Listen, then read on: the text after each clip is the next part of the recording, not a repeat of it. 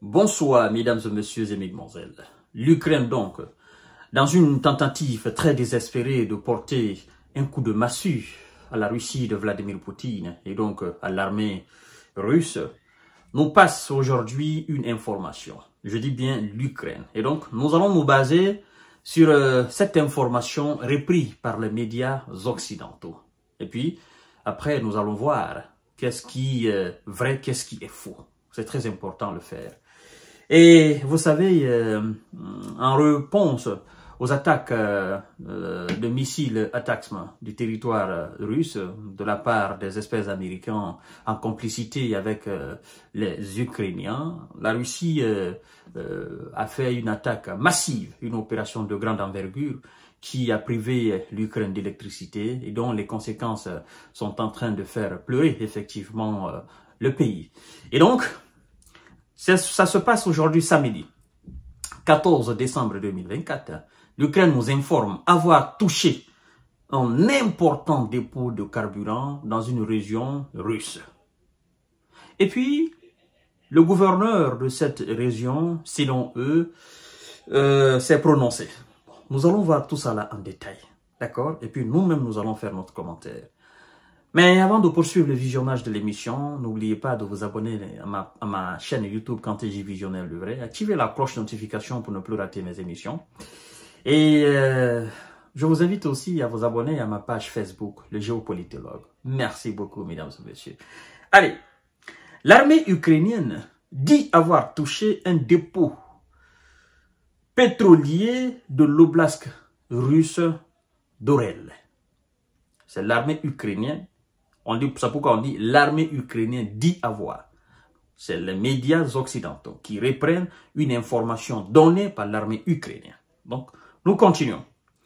L'armée ukrainienne a revendiqué samedi l'attaque d'un dépôt pétrolier de la région russe d'Orel, où on incendie, c'est, selon elle, déclaré, ce que les médias locaux avaient déjà signalé.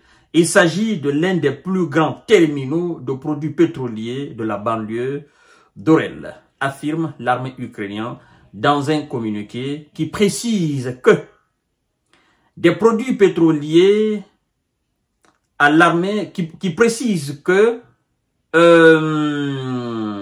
ce terminal, effectivement, produit des produits pétroliers, n'est-ce pas, à l'armée russe. Alors, on nous informe que les résultats de l'opération de combat sont en train d'être précisés, ajoute l'état-major. On continue.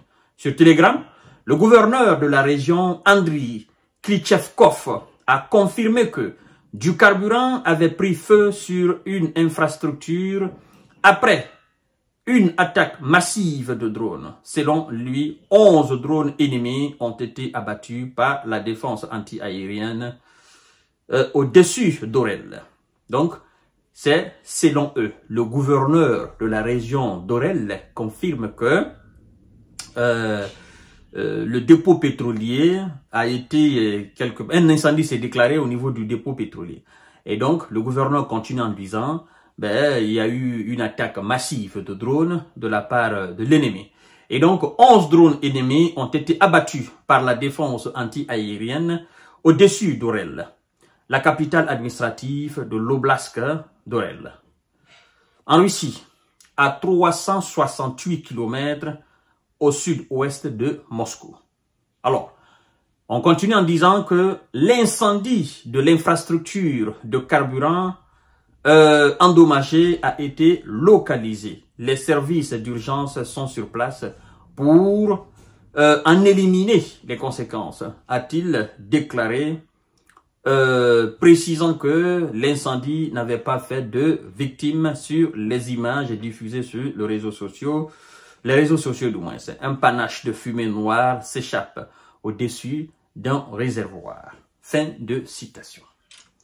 Bon, ça constitue, selon eux, selon l'administration ukrainienne, selon l'état-major ukrainien, selon les médias occidentaux, cela constitue une victoire immense pour l'Ukraine.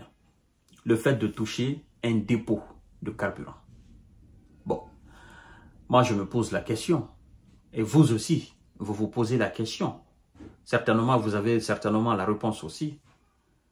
Même si, mettons dans le conditionnel, même si l'information est avérée, même si 2 dépôts pétroliers, 3 dépôts, 4 dépôts pétroliers sont touchés sur le territoire russe, dans les régions frontalières, par exemple, de la Russie, avec l'Ukraine, la question est, qu'est-ce que cela change dans la donne? On parle d'un pays qui produit des millions de barils de pétrole par jour. Je sais pas si, en fait, je sais pas si vous vous rendez compte, en fait. On parle d'un pays qui produit des millions de barils de pétrole. On parle d'un pays qui est une puissance dans l'exploitation de pétrole de notre monde là. Vous comprenez? Donc, moi je me dis, mais c'est quoi en fait le souci des éléments de M. Zelensky? C'est ça ma question en fait. Parce que en réalité, cela ne va absolument rien changer dans la donne si l'information est avérée. Ça ne fera qu'aggraver la situation. Évidemment, lorsque la Russie touche ou détruit des dépôts de munitions, des infrastructures énergétiques, des installations de conception de drones, de missiles, d'armes occidentales sur le territoire ukrainien. Lorsque la Russie détruit des chars, lorsqu'elle détruit des blindés, lorsqu'elle détruit des équipements, n'est-ce pas, du côté de l'Occident, lorsque des effectifs sont anéantis, lorsque les territoires sont conquis, lorsque les hommes de Zelensky sont repoussés avec leurs alliés occidentaux, sont repoussés des territoires, lorsque la Russie s'empare de ce vaste de territoire-là, ça fait moins de bruit. J'appelle ça une opération concrète. Mais une opération qui ne va rien changer dans la donne, c'est une opération vaine. Nous sommes dans un combat militaire. Je vous le dis, en fait, mesdames et messieurs, toute stratégie militaire sur le terrain de bataille, toute action militaire sur le terrain de bataille qui n'apporte pas un de plus à votre armée est une action vaine, vouée à l'échec. Vous détruisez 100 dépôts pétroliers. La Russie a la capacité de les remplacer à la limite après avoir éteint l'incendie. Vous voyez? Pour Vladimir Poutine, ça ne sert à rien. Et quand on me dit que ces terminaux produisent du pétrole à l'armée russe, je me dis, mais vous avez la tête à l'envers. On est capable de ravitailler l'armée russe à partir de multitudes de terminaux sur le territoire russe qui n'ont absolument rien à voir avec tous ceux qui sont au niveau de la frontière avec l'Ukraine. Mais c'est un coup de com'. L'objectif de ces communiqués, de ces informations, c'est des coups de com'. Oh non, l'armée ukrainienne a touché un dépôt pétrolier sur le territoire russe. L'armée russe, non, l'armée ukrainienne a touché un dépôt pétrolier sur le territoire russe. La Russie vous dit, vous parlez de dépôt pétrolier sur le territoire russe. Nous vous parlons de territoire conquis. Vous parlez de dépôt pétrolier sur le territoire russe. Nous vous parlons de militaires capturés. Vous parlez de dépôts pétroliers sur le territoire russe. Nous vous parlons de chars, de blindés, d'avions F-16, n'est-ce pas, occidentaux détruits. Donc, entre vos actions militaires et nos actions, quelle action militaire est la plus concrète, est la plus avantageuse, est la plus bénéfique? C'est ce que nous faisons. Vous voulez, en fait, c'est des tentatives désespérées de sortir la tête de l'eau, mais c'est peine perdue, mesdames et messieurs. Vous voyez?